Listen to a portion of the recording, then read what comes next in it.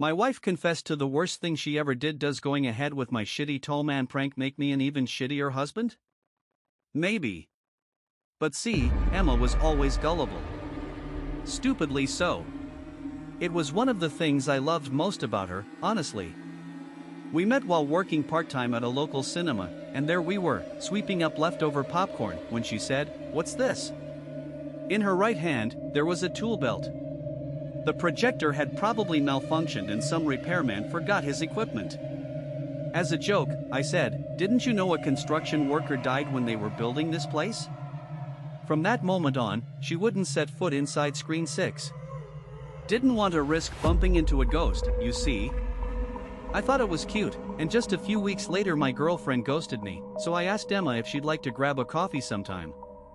Rather than directly tell her about the urban legend, I left some reading materials scattered around, and when she suggested a different location for the camping trip, all while doing a terrible job of masking her anxiety, I knew it was game on. In between a scattering of skeletal trees, I set up our tent. Oh sure, Emma begged me to find a better, aka less scary, spot, but at the same time, the soles of her feet were raw slabs of beef from the 20-mile hike, so she eventually relented. After we tucked into a pot of beef stew, we turned in for the night. Knowing the first sudden noise would spook her, I waited. Out of nowhere, she sat bolt upright in her sleeping bag. What the F***ck was that? We listened as wind howled through the trees. I pretended a dry cramp seized my throat.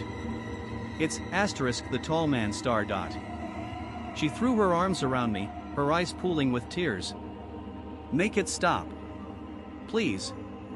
In a high, frightened voice, I said, the legends say the only way is to confess our sins. What bad things have we done? Unable to speak, she just lay there, trembling.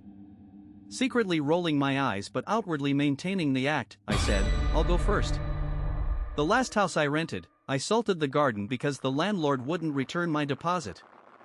And last month I accidentally stole a Mars bar and didn't go back to pay for it.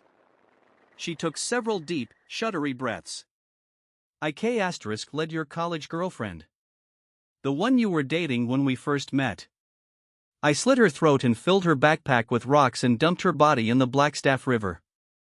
While I lay there, shocked, tree branches scraped together roughly.